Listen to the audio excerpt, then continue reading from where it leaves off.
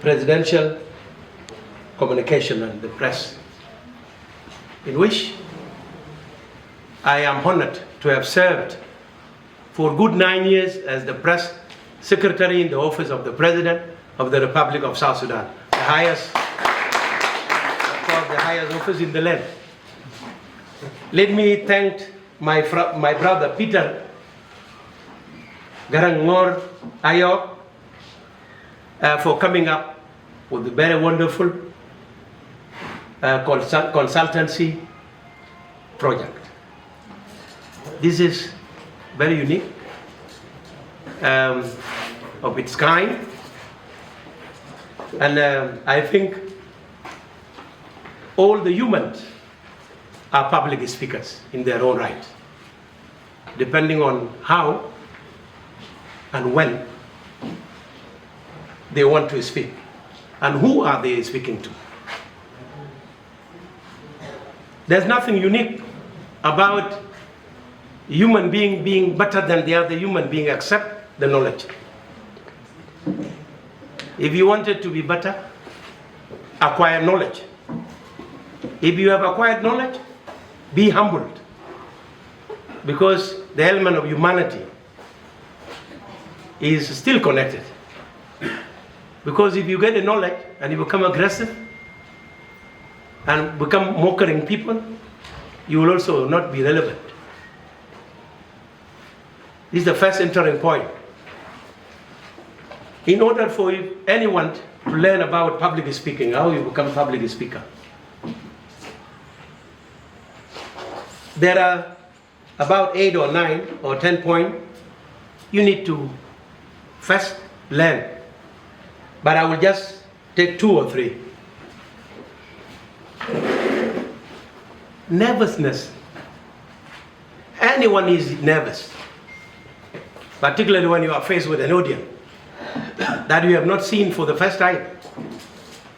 You become nervous. How to do away with nervousness, which is a key point in entering into public speaking. You need first to prepare yourself better. When you are given, when you are, for example, when you are invited, know the topic that is going to be discussed and prepare yourself.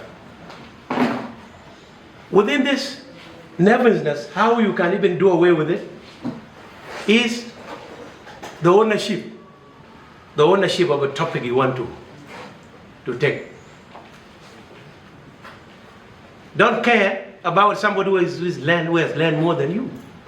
Like now we have my colleague here, Dr. Zien Matok, who is a PhD holder, and Dr. Lingarang, who is also a PhD holder from one of the most prestigious university in the United States of America, the University of Massachusetts. You may also be tempted to also talk to those who have been to Yale and Harvard University one day if you continue to speak publicly. But when you are coming to address an audience, don't get nervous because somebody learned is here more than you. Because you have to own it is you. You are talking about yourself. I am talking about Ateny Wek, so I don't need Dinmathok to say it for me. I don't need Dr. Ali to say it for me because I know it better than him. He's a PhD holder in economics. The other one is a PhD holder in conflict resolution management. But since I am not talking about conflict, I'm not talking about economics, then I am telling you what I know. And what I know maybe they don't know it. Or they know it, don't know little about it. Because there's nobody who knows everything. That's the point you should take if you want to talk publicly. It will throw away, if you have that confidence, it will throw away the nervousness. You will not be nervous. The other thing you need to look at is know your audience. Know your audience. Who are your audience? You are speaking in a funeral, then you are talking to a mourners. All they are mourners from primary 1 to PhD. They are all mourners. So what you are required to tell them is about the dead person. The person that died as a chief word is what you are telling them. You are not entering exam room. But when you forget to know your audience, and who you are speaking to, then you have a problem. You will be having a problem because you did not identify the audience. You are speaking in a wedding. No, you are not talking to anybody. You are talking to a bride and the bridegroom. Everyone in the hall is just a guest looking at you. Don't care about them because you are telling the bridegroom, the bride and the bridegroom. Now, those who are present, it is up to them to take from what you are telling the bride and the bridegroom or not. Because there is nobody that can speak to the whole world and the whole world will accept you. Even if you are who? Jesus Christ was crucified because some people disagree with him.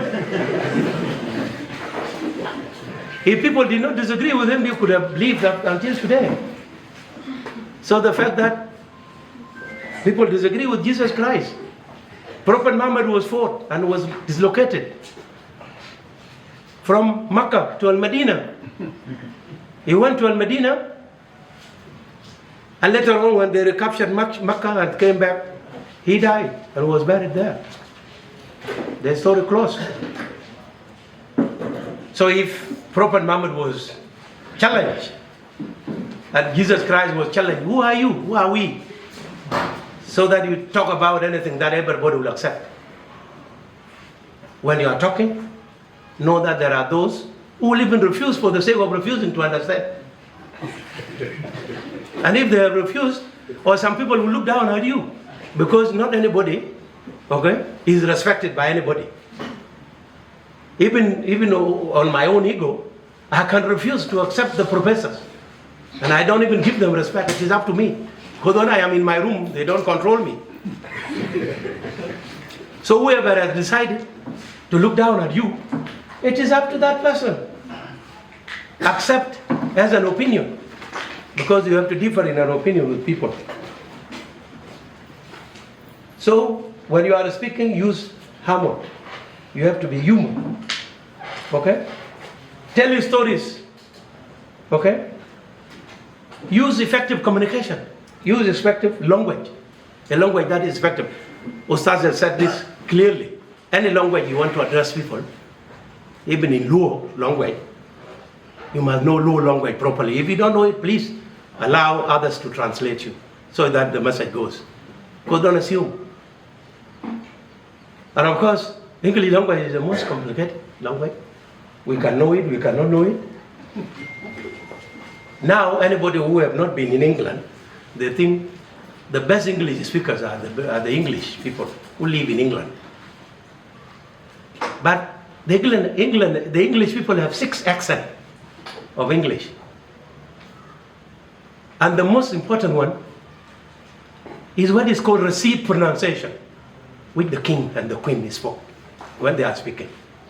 If you haven't happened to have money to go to grammar school and your father paid $1 million a year, you will not know that language. You will not know that accent. You will know English, but you will not know the accent. This is called Forge English. But what is allowed to be spoken by anybody in England is called Cockney in Greater London, in which I came from, because I was in London. For many years I am a Londoner. I'm a Londoner by association or by dual nationality. I'm a Londoner. Like a league is an American, Massachusetts or from Utah.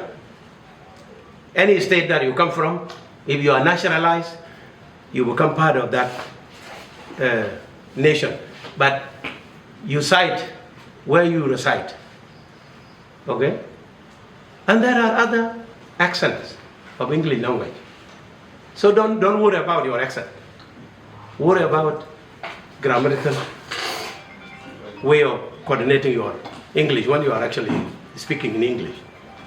The people in Dinka, you can also speak in English. In order not to take you long, because I'm also struggling with the time, not only Garang, because the people of Kwanyayo who are actually gathered in South Sudan Hotel are waiting for me as I speak here. They want me. They want to listen to me. They want me to share with them a little thing I know about them. So I would be actually going. But let me not leave without telling you exactly how the communication and the press in the presidency look like. This is another well, yeah? It's not a normal communication. Because there is something which is called hierarchy in communication. In an ordinary language, it should be a protocol in the communication. There is a protocol in the communication. Because if I say something wrong, Dio as a minister will correct me because he has the authority bigger than mine. But if the president says something wrong, nobody will correct him in the country. So what do you do? He just come out to struggle. That is why we are called spin doctors, to spin on things. Sometimes it can even shift away your personality. Because if the press secretary made a mistake, the Minister of Information come out and says, the press secretary in the office of the president has said so and so. This note was the government policy. The government policy is 1, 2, 3, 4. It will negate my statement, even if I said something wrong. Then the Minister of Information says anything that his tongue actually slipped away, because we are all human. And by the way, when you are communicating and something is looking at you called camera, is another also problem. It's another big problem. It is like a gun is pointing at you and you are still talking. Because the whole world is watching you. If the whole world is watching you, okay, there are professors sitting there, rocket scientists are listening to you. So if you think about them, you will not go anywhere. So when you make a mistake, as a Minister of Information, okay, a vice president or president will come out and say this, the word that was spoken by the Minister of Information was not right. Because you must be corrected by somebody who has the authority to correct you. Not anybody. Okay? But for us, in the presidential communication,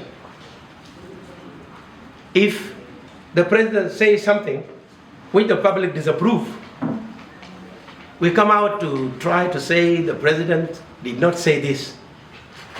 Okay? People will know we are, people will know we are lying. We are spinning. Okay? But we are trying to sugarcoat the president was saying this. And then we look at the lesser damage. We look at something that will reduce the damage to the minimum. Okay? When we are seen by a society that doesn't know the nature of your job, then they take you as, even if your personality is taken as that. You are saying lies. You are lying. Even now when I am writing, there are people who still tell me, you did not say this when you were in the office of the president. Are we serious? Is there a brain that the person who says like that, does he or she has a brain? How do you expect me to have said in public about things I could have communicated to the president or to any other person within the helm because I had access to them? Why do I tell the public? What I'm saying to the public now is because I don't have the access. If I have the access, I would have just walked to the president and tell them what is actually necessary in the circumstances. I went to Israel in 2014 for what is called working training. I was working and training at the same time. I had the honor of sitting in the office of Prime Minister, Benjamin Netanyahu. And I was being mentored by Mark Regev, the press secretary in the office of the Prime Minister. And I got something very important that I want to tell you before I leave the stage. When I went to Israel, I thought the biggest problem, or the good way for us to maintain public relations with the office of the president, was to speak sweet things. But I was amazed that the speaking was not the problem. The problem was listening. I must know how to listen, not how to talk. If even you people, you want to be public speakers, you are not listening, then get lost. Where are you listening? The listening are three types of listening. There are sound listeners who listen to the sound. This is a sound listener. There are people among you here that listen to all the sound. When they are asked, they will say, yeah, somebody was banking on a table or on a podium. The second type of listeners are those listeners who listen selectively. I know this is Dinmatok is talking about investment. Okay, I close my ears until Dio come to say that 60 years old men are going to be given loan to invest. I will clap my hand because I selectively listen to him. I did not listen to the other thing, anything concerning 20 years old, 30 years old, because it doesn't concern me. These are selective listeners. They are also within you here. Okay? The third type of listening, and this is what all of us as public speakers struggle to maintain. Even if there are only 5 in the room like this, they are called contextual listeners. Those who listen contextually. Those who have ability even to think about words. Certain word that somebody has pronounced, that what does it mean? And one of them is my friend Akolmawian. Because whenever I see Akolmawian sitting anywhere there is people are in the world people are speaking, I don't see him moving. He doesn't move. He just sits. Okay? He doesn't sit to see. Even the movement of your hand goes with it. Okay? The other people are listening, but I can take him as an example. So when I was told that listening was the most effective part of what you could do in the office of the president to help the president is by listening to the president when he is speaking. Even with the speech that is already written, the president is not bound to continue on his speech. He can just put the speech down like this and talk on his head. What will you do to control him? Not to talk on his head. And when he's talking on his head, he make a mistake. He's a human being. He went to the classes like all of us. He was not getting 110% in the class. He was getting below 100, like all of us. He's not a human, prophet. He's not a prophet. He's a human being. So he can also make mistakes. So, when I was told that listening should be the best, I think it helped me to finish 10 years, almost 10 years in the office of the president, because I was listening carefully. Even those ladies who spoke, you have really made my day, by the way, because I actually listened to all of you, effectively even. Even I will even write about what you have actually said. If I am put down here and write, I will write about it. Okay?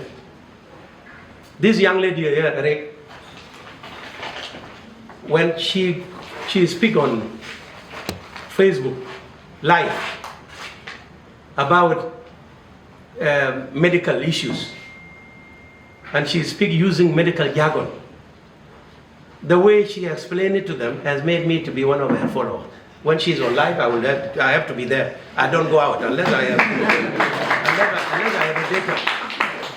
have a data on my phone so that I listen while I actually drive.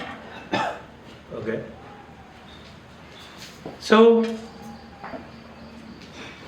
presidential communication is mostly about listening. We listen to the leader, and if there is any mistake, slight mistake that came, we struggle to spin around so that we continue to connect the office of the president with the public relation.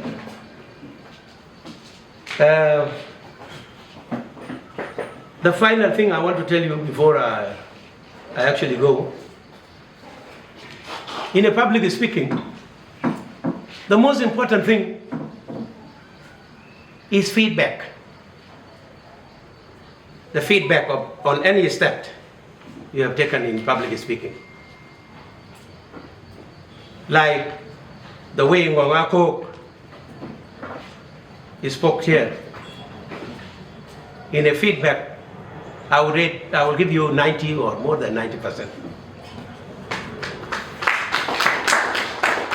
There are instant feedback and there's the feedback that come later.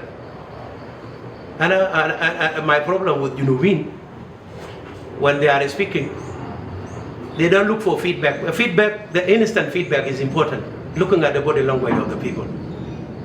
Now, if your body language was bored, I was edited in 3 minutes. I couldn't have even gone for 10 minutes. Because the body language is already now. I'm monitoring it, that's why I'm seeing it, this corner and this corner. But you know, when somebody will come and talk, they don't even see. The audience are human beings, and they are also time bound. Okay?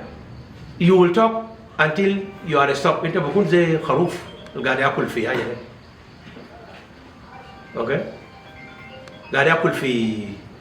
في حاجه في ذره. Okay, بتطلعونا من تضرب زي and still there continue.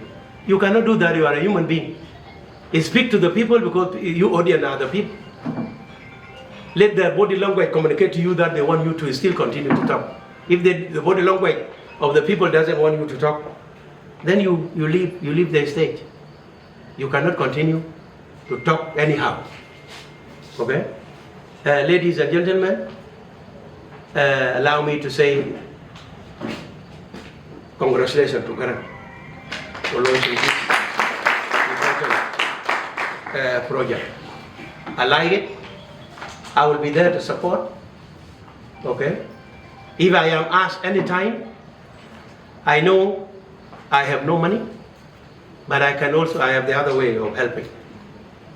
Okay?